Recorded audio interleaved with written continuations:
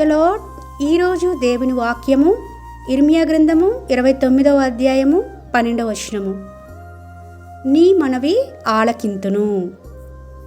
మరి మన మనవి దేవుడు ఆలకించాలంటే ఇక్కడ ఈ వచనం మొదటి నుంచి చదువుకుంటూ వస్తే, మీరు నాకు మొరపెట్టుదురేని, మీరు నాకు ప్రార్థన చేయొచ్చు వత్తురేని, నేను మీ మనవి ఆలకింతును. మనం ఎప్పుడైతే ఆయన యొద్దకు వెళ్ళి మొరపెడతామో, ఎప్పుడైతే మన అక్కర నిమిత్తమై ప్రార్థన చేస్తామో అప్పుడు మన మనవి ఆలకింపబడుతుంది. నేను దేవుణ్ణి నమ్ముకున్నాను, విశ్వాసిగా జీవిస్తున్నాను, దేవుని యందు భయభక్తులు కలిగి జీవిస్తున్నాను, దేవుడే అన్నీ నా పట్ల జరిగించాలి అని బెట్టి చేస్తున్నారా? మీకు శోధనల గుండా వెళ్తున్నప్పుడు, శ్రమల గుండా వెళ్తున్నప్పుడు, ఇరుకు ఇబ్బందులు గుండా వెళ్తున్నప్పుడు దేవుడే కల్పించుకొని మన పక్షాన అన్నీ చెయ్యాలి, అన్ని కార్యాలు చేయాలి. నా దుఃఖాన్ని చూడడం లేదా? నా నిట్టూర్పుని చూడడం లేదా? నా ప్రతి పరిస్థితిని దేవుడు చూడడం లేదా? మన దేవుడు చూచే దేవుడు కదా అని అనేక సార్లు మనమే అనుకుంటున్నామేమో. ఈ రోజున దేవుడు మాట్లాడుతున్నాడు.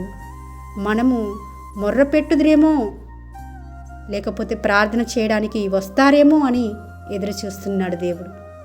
చూడండి, అడగంది అమ్మాయిని అన్నం పెట్టదంటారు లోకరీతిగా కదా. అమ్మకి మన మీద ప్రేమ లేదని అర్థమా? మన ఆకలి తెలియదని అర్థమా? మన గురించి పట్టింపు లేదని అర్థమా? కాదు కదా. కానీ మనకు ఆకలి అవుతుంది కాబట్టి మన ఆకలి తీర్చబడాలంటే మనమే అడగాలి.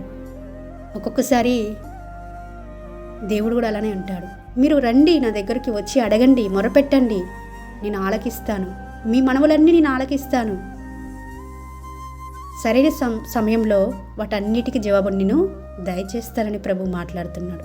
అనేక సార్లు కృంగిన స్థితిలో ఉన్నప్పుడు, నిరాశలు గుండా వెళ్తున్నప్పుడు, మనం మొరపెట్టలేని స్థితిలో ఉంటున్నామేమో, దేవుని యొద్దకు వెళ్ళి ప్రార్థన చేయలేని స్థితిలో ఉంటున్నామేమో.